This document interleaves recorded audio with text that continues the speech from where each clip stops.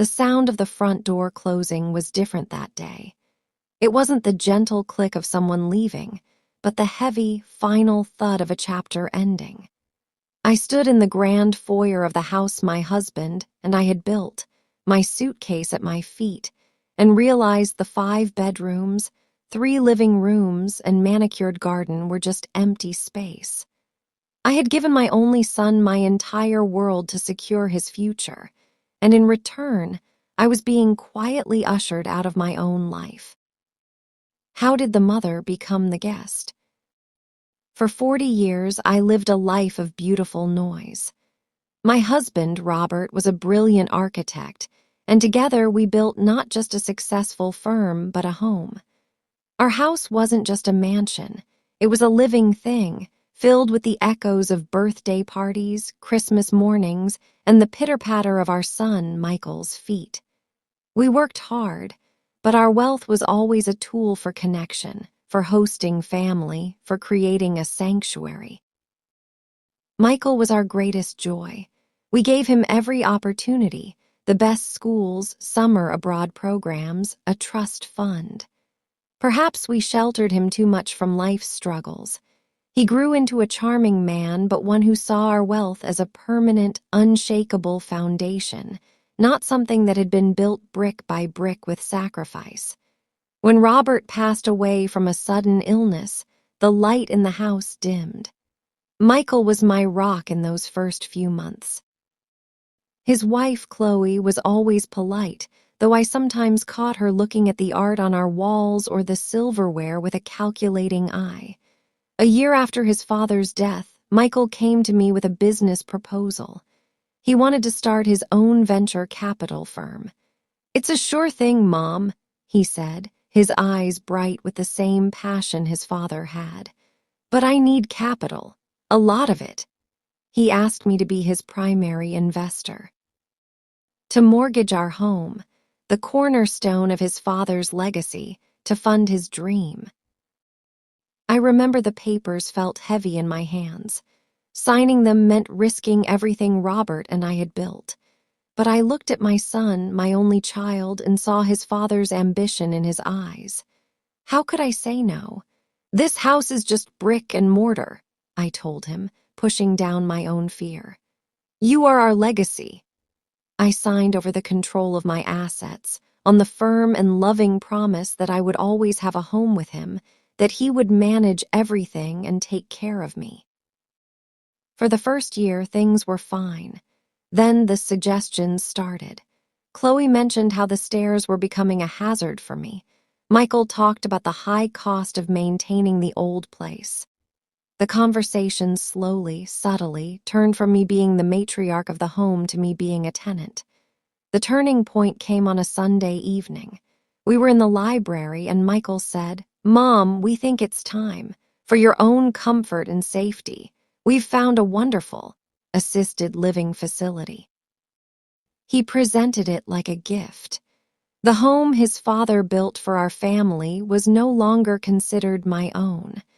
I was being retired from my life. The temporary move became permanent. My new room at the Gables was nice enough, clean, beige, and utterly soulless.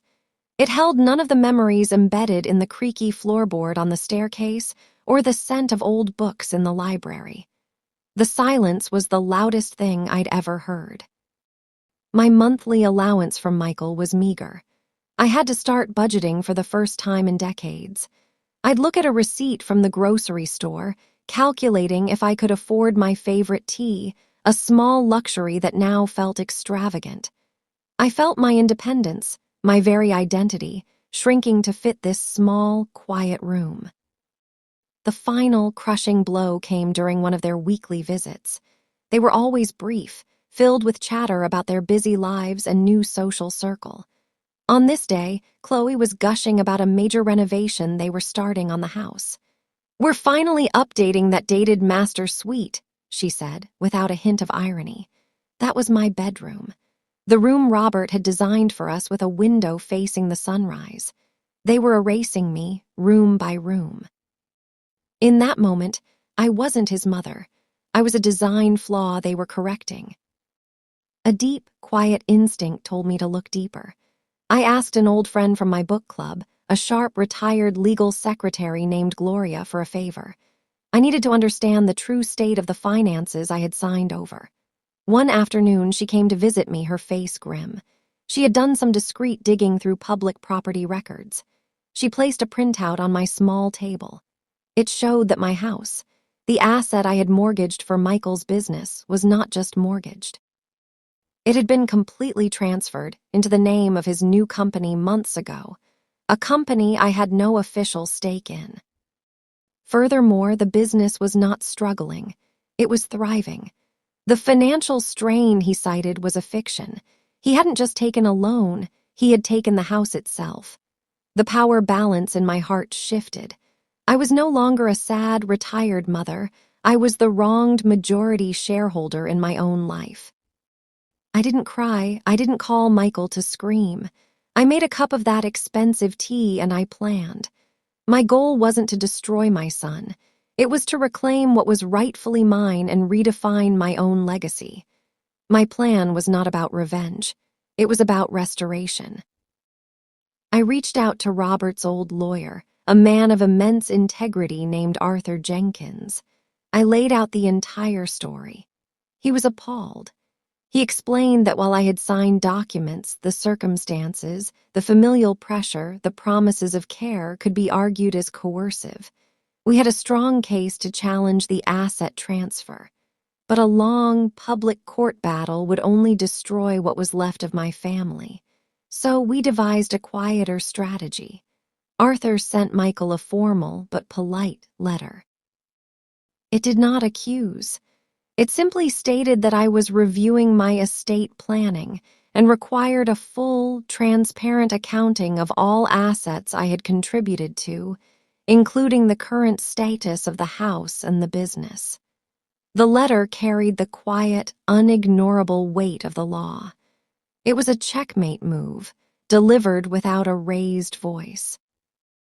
Michael arrived at the Gables alone, unannounced. His face was pale. "Mom, what is this? A lawyer's letter? After everything I've done for you?" I stayed seated in my armchair, my hands folded in my lap. "I simply asked for the truth, Michael.